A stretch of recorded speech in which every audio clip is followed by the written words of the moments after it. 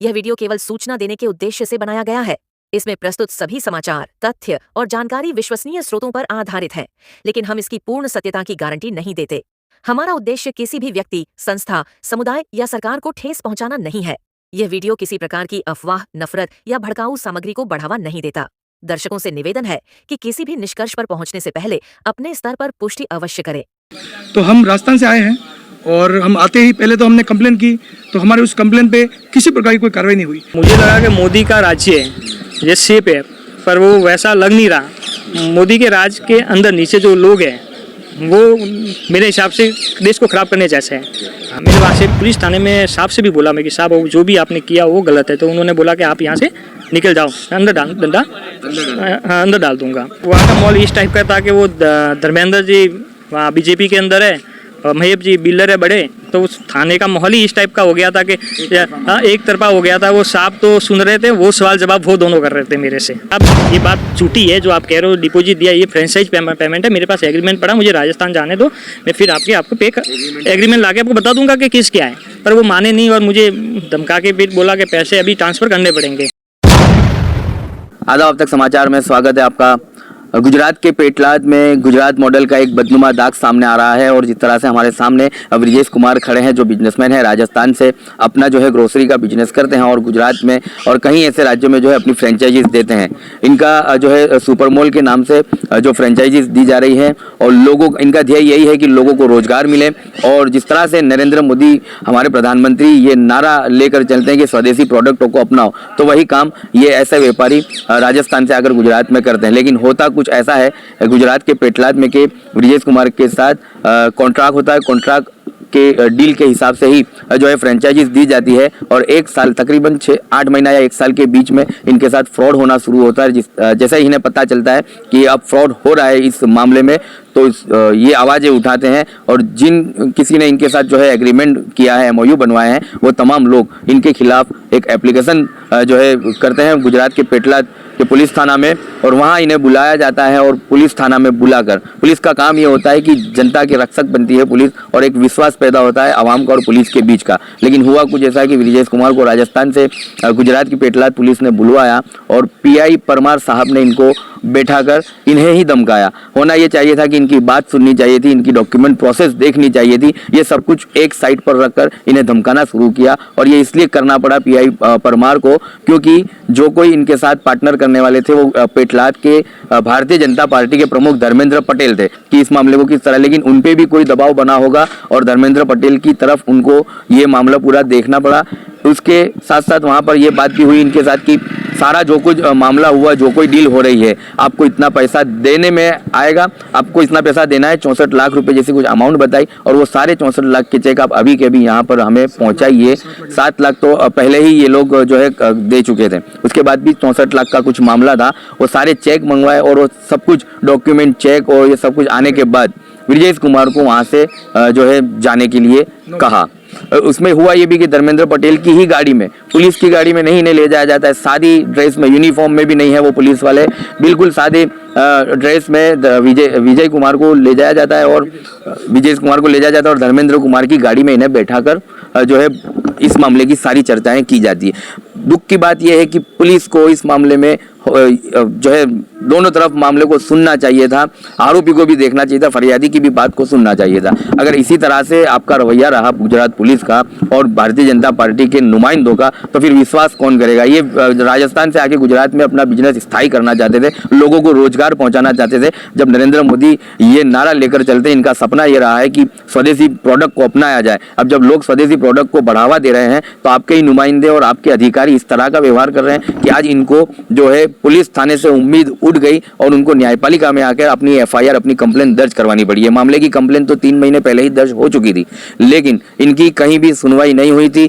गुजरात के उच्च अधिकारियों तक ये मामला नहीं पहुंचा। अभी तो फिलहाल ये लोकल पुलिस थाना ही इसे देख रहा है। इनकी उम्मीद ये भी है कि अगर गुजरात के कोई उच्च अधिकारी इस मामले को देखेंगे तो जरूर इन्हें न्याय मिलेगा और उसी उम्मीद के साथ ये गुजरात के जो है पेटलाद की न्यायपालिका में आए हैं, इनके वकील के साथ आए हैं। दोनों को हम सुनते हैं कि क्या मामला था, किस तरह का फ्रॉड किया और कैसे इस मामले में इनको जो है पुलिस ने आरोपी बना दिया और एक डर का माहौल पैदा कर दिया। अब जो है एसओजी भी इन्हें बुला रही है, स्पेशल ऑपरेशन ग्रुप वो भी इन्हें बुला रही है कि आपको पुलिस एसओजी में आना है और बाकी की जो कार्यवाही है वो एसओजी में ही हम आकर देखेंगे। तो आइए सुनते हैं हम जो है असील है, वकील है, दोनों के साथ क्या कुछ हुआ और कितना खौफजदा है, कितने डर के माहौल के बीच आज ये गुजरात पहुंचे हैं।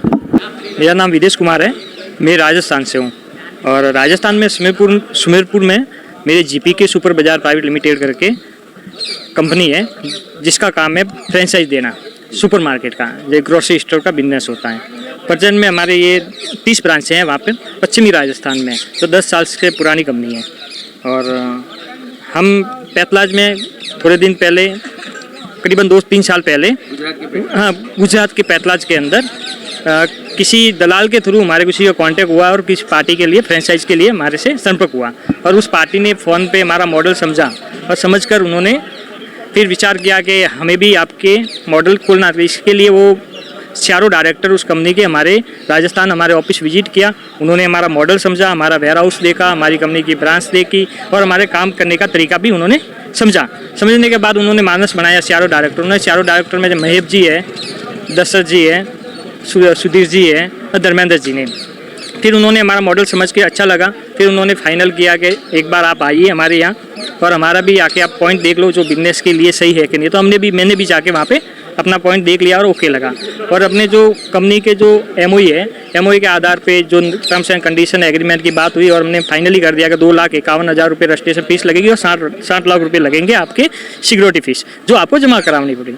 तो उन्होंने पार्टी ने, फिर मैं वहाँ से निकला और 10-15 दिन के अंदर अंदर उस पार्टी ने 60 लाख रुपये जमा करवाए, 2,51,000 रुपये जमा करवाए।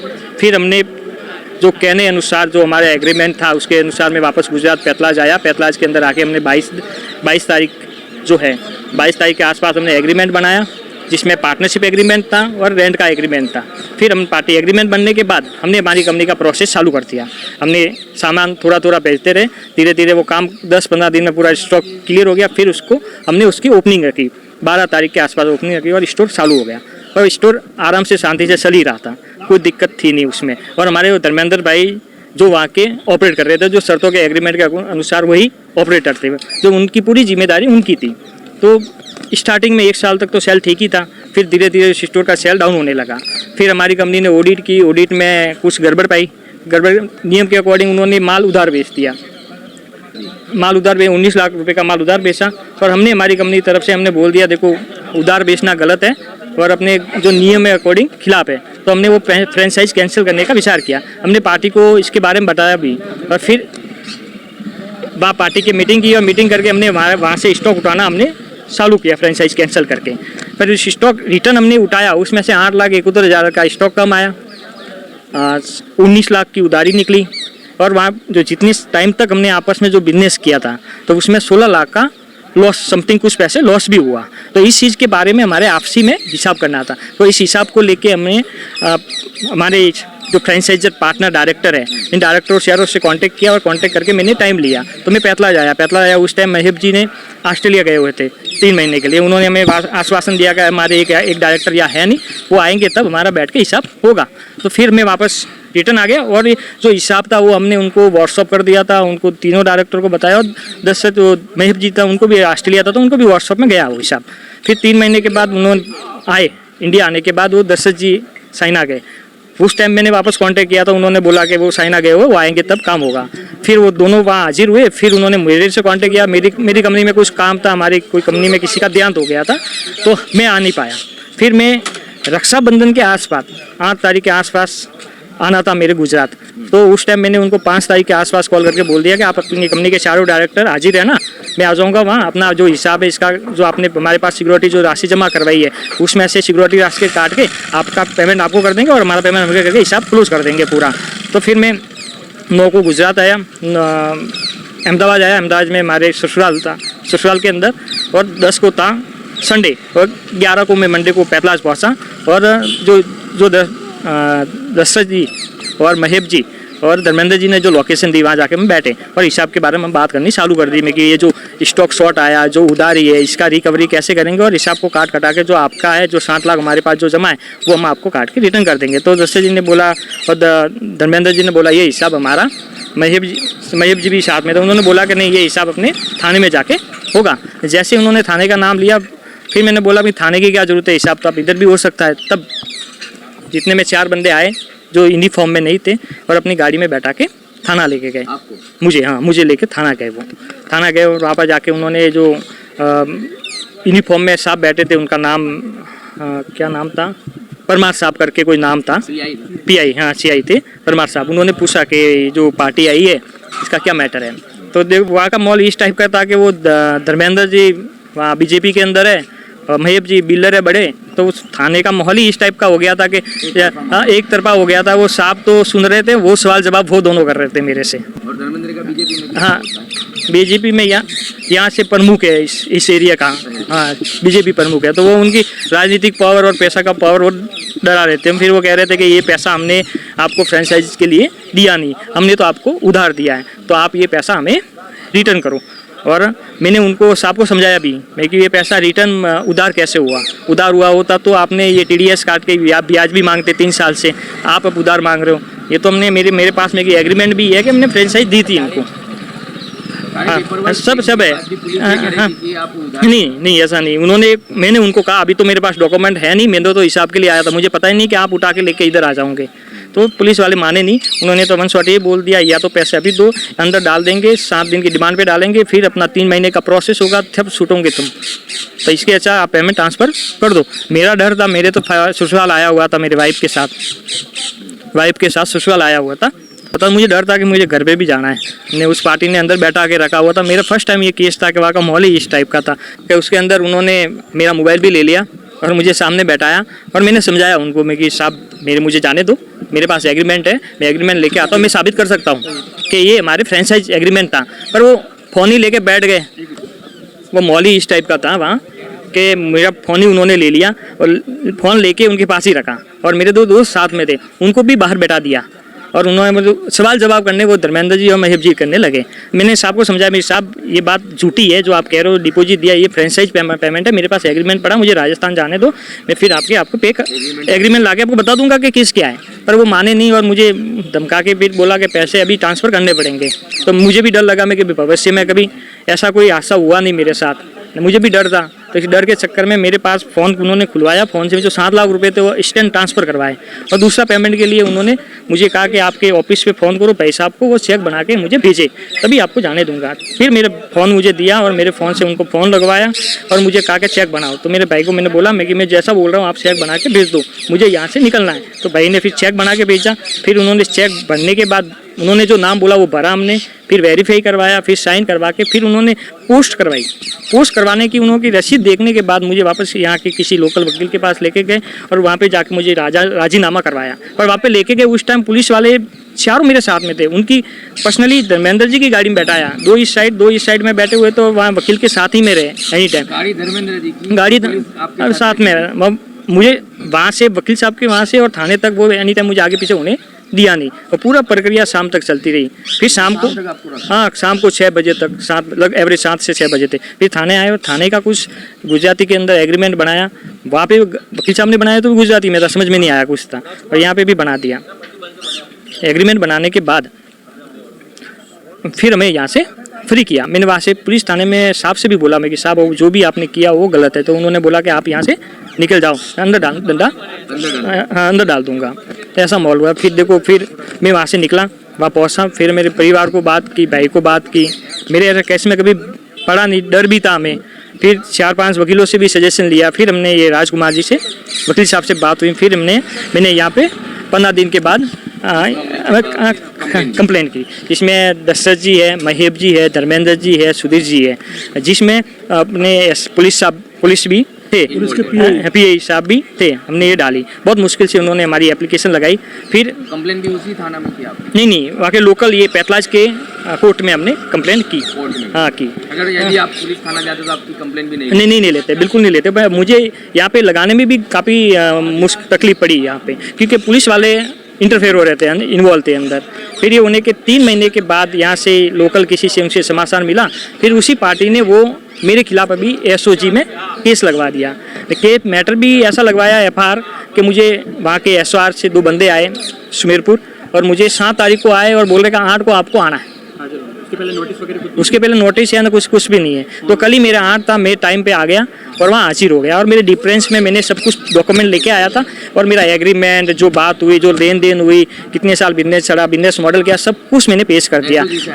हाँ, एसओसी से आए थे हम, कल की बात ही है। पर मेरे एविडेंस जो बताना चाह रहा था तो उस रूप से वो समझ ही नहीं रहे थे। वो उनकी भाषा बोल रहे थे कि नहीं, कि पुलिस गलत हो नहीं सकती। नहीं, अभी भी मुझे पूरे डॉक्यूमेंट और पूरा होने के बाद भी उन्होंने अभी वापस आज भी मुझे बुलाया, तो मुझे डर भी है कि उनके साथ ये पुलिस सब मिले भी हुए हैं, और मुझे अंदर डालने का भी उनका प्लान भी है। ये सभी खेल हो रहा है, इनके पैसे, इनकी राजनीति, ये सब मिली हुई है। मैं बाहर का, राजस्थान का होने के बाद भी मेरे साथ सीट हो रहा है।